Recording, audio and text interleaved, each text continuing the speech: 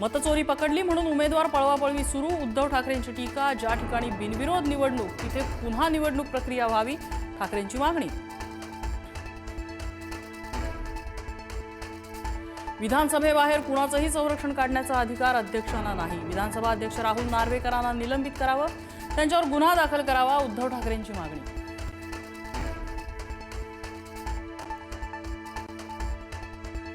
मुंबई महापालिकेत 70 कोटींच्या ठेवी कशासाठी ठेवल्या, त्याचं काय करायचं, फडणवीसांचा सवाल। ठेवी कंत्राटदारांना वाटायला नसतात, उद्धव ठाकरेंचं प्रत्युत्तर। महायुती गाजवणार शिवाजी पार्कचं मैदान, महायुतीकडून शिवाजी पार्क मैदानात जाहीर सभा। फडणवीस शिंदे शिवाजी पार्कवरून मुंबईकरांना घालणार साद, 12 जानेवारी रोजी पार पडणार जाहीर सभा। उद्या ठाकरे बंधूंची पहिली राजकीय सभा, विक्रोळी पूर्वमध्ये ठाकरे बंधूंची पहिली एकत्रित सभा। उद्यापासून ठाकरे बंधूंच्या सभांचा धुळा।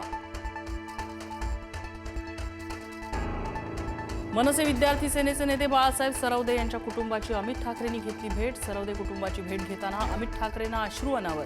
उमेदवारी अर्ज माघारी घेण्यावरून झालेल्या वादातून बाळासाहेब सरवदे यांची हत्या। भिवंडीत काँग्रेस भाजपा कार्यकर्त्यांमध्ये हाणामारी, काँग्रेस रॅली भाजप कार्यालयासमोर आल्यानंतर वाद, दगडफेक आणि काठ्यांचा मार, 2 कार्यकर्ते जखमी। वॉर्ड क्रमांक 20 मध्ये तणावाची परिस्थिती।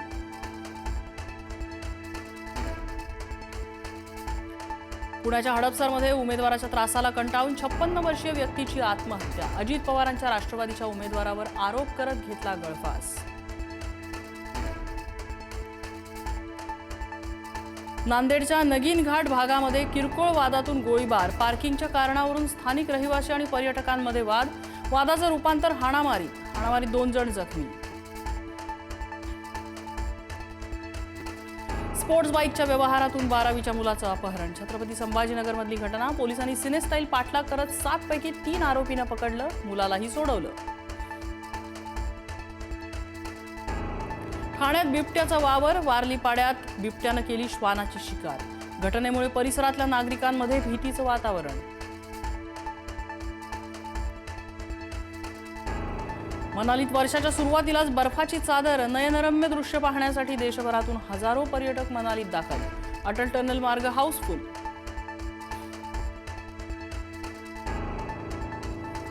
प्रिया बापट आणि उमेश कामतचं जिममध्ये खास फोटोशूट, फिट लुक बघून चाहते पूर्णपणे थक्क। एव्हरग्रीन जोडीचं कमाल ट्रान्सफॉर्मेशन, सोशल मीडियावर चाहते म्हणाले पॉवर कपल।